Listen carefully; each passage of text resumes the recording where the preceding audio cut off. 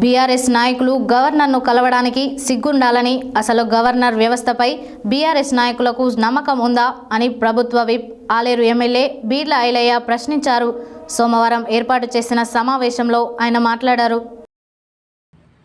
సోమవారం ఏర్పాటు చేసిన సమావేశంలో ప్రభుత్వ విప్ ఆలేరు ఎమ్మెల్యే బీర్ల ఐలయ్య మాట్లాడుతూ రాజ్భవనంలో కేటీఆర్ మాట్లాడిన మాటలపై తీవ్రంగా మండిపడ్డారు. బీఆర్ఎస్ నాయకులు గవర్నర్ను కలవడానికి సిగ్గుపడాలన్నారు. అసలు గవర్నర్ వ్యవస్థపై బీఆర్ఎస్ నాయకులకు నమ్మకం ఉందా అని ప్రశ్నించారు. అధికారంలో ఉన్నప్పుడు గవర్నర్ను అనేక విధాలుగా కేసీఆర్ అవమానించారని మండిపడ్డారు. రాజ్భవనం గేటు కూడా దాటకుండా గవర్నర్ను అనేకసార్లు అగౌరవపరిచారని, అలాంటి బీఆర్ఎస్ నేతలు ఇప్పుడు రాజ్యాంగాన్ని రక్షించాలని గవర్నర్ను ఆశ్రయించడం సిగ్గుచేటన్నారు. తెలంగాణలో రాజ్యాంగంపై దాడి జరుగుతుందని బీఆర్ఎస్ నేతలు అంటున్నారని, తెలంగాణలో అంబేద్కర్ రాజ్యాంగాన్ని కాకుండా కల్వకుంట్ల రాజ్యాంగాన్ని అమలు చేసింది మీరు కదా అని ప్రశ్నించారు. రాజ్యాంగానికి మాత్రం విలువ ఇవ్వకుండా నియంత్రిత పాలన చేసింది కాదన్నారా? రాజ్యాంగాన్ని ఖననం చేసింది కల్వకుంట్ల కుటుంబం కదా అని మండిపడ్డారు.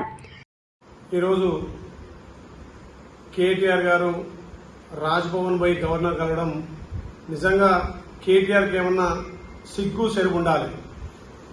గత 10 సంవత్సరాలుగా అధికారం ఉన్నప్పుడు గవర్నర్ వ్యవస్థనే కించపరిచి కనీసం గవర్నర్కు గౌరవ మర్యాద అయినటువంటి కేసీఆర్ పాలనలో మరి కేటీఆర్ అప్పుడు కళ్ళు మూసుకొని చెవులు మూసుకొని కూర్చుండా ఇవాళ ఏ ముఖం పెట్టుకొని సిగ్గు లేకుండా గవర్నర్ తను పోయి రాజ్యాంగాన్ని పరిరక్షించమని అడుగుట్లో అంతర్యమేముంది?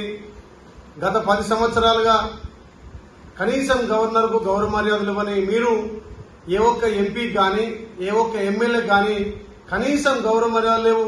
ప్రోటోకాల్ల ఇబ్బంది పెట్టినటువంటి మీ ప్రభుత్వం ఇవాళ పార్టీ ఫిరాయింపులు చేస్తామంటున్నారు. మరి గత 10 సంవత్సరాలుగా మీ అయ్య కేసీఆర్ గెలిచిన ఎమ్మెల్యేలను అదే రాజ్భవన్లో పక్కపాటిలో గెలిచిన ఎమ్మెల్యేలను అదే రాజ్భవన్లో తీసుకుపోయి మంత్రులుగా చేసినప్పుడు మరి నీ తెలివి ఎక్కడ పోయింది? ఇలా పక్కపాట్లలో వచ్చి స్వచ్ఛందంగా పాటలు చేరుతుంటే ఇలా రాజ్యాంగం పరిరక్షించమని అంటున్నావు, రాజ్యాంగాన్ని తుంగలో దొక్కిన అంటున్నావు. మరి నీ సిగ్గు సరిపెట్టిపోయింది. ఇలా స్వచ్ఛందంగా చేరుతున్నారు. ఆ రోజు మా కాంగ్రెస్ పార్టీలో చేరినటువంటి పక్కపాట్లో గెలిచినటువంటి ఎమ్మెల్యేలను తీసుకుపోయి మీ అయ్యా మంత్రిగా చేసినప్పుడు నీ తెలివి ఎక్కడ పోయింది? కనీసం మీ 10 ఏళ్ల పాలనలో ఏనాడైనా మీరు గవర్నర్ను గౌరవించిరా?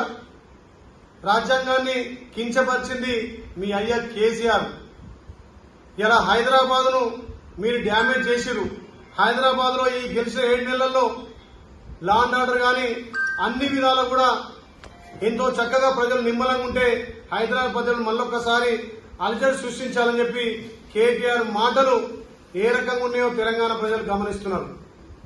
గతంలో మీరు చేర్చుకుంటూ ఎమ్మెల్యేలు చేస్తేనేమో రాజ్యాంగ పరిరక్షణ, ఇవాళ వాళ్ళు స్వచ్ఛందంగా వచ్చి చేస్తేనేమో ధిక్కారమా? ఇదే నా కేటీఆర్ నైతిక విలువలు ఉన్నటువంటి రాజకీయాలు. గతంలో ఏనాడు మాట్లాడిన నువ్వు ఇవాళ రాజ్యాంగ పరిరక్షణ గురించి మాట్లాడుతున్నావు.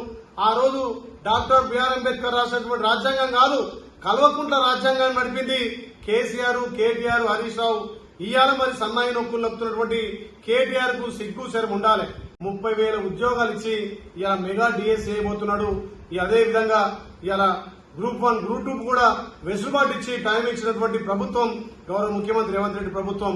ఇలా దొంగ మాటలు మాట్లాడి ప్రభుత్వం అధికారం పోయిన తర్వాత ఏ రకంగా సొంపు లేకుండా ఇలా ఇంకా మేము అధికారం ఉన్నట్టుగా ఏ ముఖం పెట్టుకుని రాజ్భవన్ వైపు మాట్లాడుతున్నాం. కేటీఆర్, తెలంగాణ ప్రజలు మిమ్మల్ని చీకొట్టి అసెంబ్లీలో ఇటు పార్లమెంట్ లో డిపాజిట్ రాకుండా ఓడగొట్టిన సిగ్గు శరం లేకుండా ఇలా రాజ్భవన్ పై గవర్నర్ కలిసినావు. మరి గవర్నర్ ను గతంలో ఏ రకంగా మీరు ఇబ్బంది పెట్టిరు? గవర్నర్ ఏకంగా ప్రోటోకాల్ విషయంలో గాని కనీసం ప్రభుత్వంలో భాగస్వామి చేయకుండా మళ్లీ రాజ్భవన్ ఏ ముఖం పెట్టుకుని మెట్లెక్కినమో ఇలా కేటీఆర్ మీద నడుతున్నాం. గతంలో మీరు ఇలా గెలిచినటువంటి వేరే పార్టీలకు గెలిచినటువంటి ఎమ్మెల్యేలను ఇలా లొంగపరుచుకొని ప్రలోభ పెట్టి కేసులు పెట్టి వేల కోట్ల ఆశలు చేర్చుకున్నారు. ఇలా మా గౌరవ ముఖ్యమంత్రి ప్రజాపాలన నచ్చి ఇలా తెలంగాణ నడుస్తున్నటువంటి ప్రజాపాలనలో ఆకర్షితులై ఇలా రైతులు తెలంగాణలో ప్రతి ఇంట సంబరాలు చేసుకుంటున్నారు. ఈ రాష్ట్రంలో చేరినటువంటి సాహసోపేత నిర్ణయం తెలంగాణ రైతాంగానికి 2 లక్షల రుణమాఫీ. ఏకకాలంలో 2 లక్షల రుణమాఫీ 31,000 కోట్ల రూపాయలు రైతుల ఖాతా జమ చేయబోతున్నాం. మొదటి విడతగా మొన్న 18 తారీఖు నాడే 12 లక్షల కుటుంబాలకు సుమారు 7,000 కోట్లు ఇలా రైతుల ఖాతాలు వేసి తెలంగాణ రైతాంగాన్ని పండుగ చేసినటువంటి గౌరవ ముఖ్యమంత్రి మీద మీరు విమర్శ చేసేది మళ్ళొక్కసారి ఇలాంటి చౌకటి వారి ఘటనలు కేటీఆర్ కనుక చేస్తే మిమ్మల్ని తెలంగాణ ప్రజలు రాళ్లతో కొడతారు, తస్మాత్ జాగ్రత్త అని చెప్పి ఇలా హెచ్చరిస్తున్నాం.